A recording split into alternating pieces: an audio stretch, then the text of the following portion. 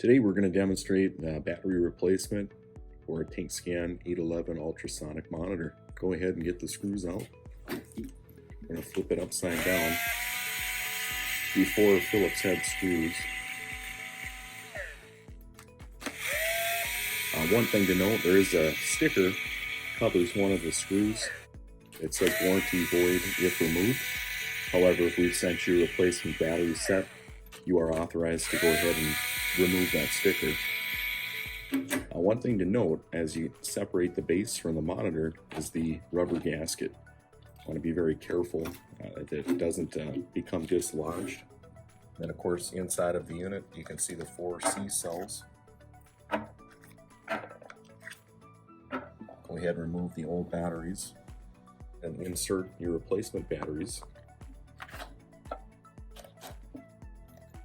And you want to be careful with this connector here.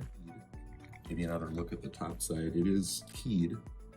Go ahead and reinsert it. Mindful of that gasket, of course.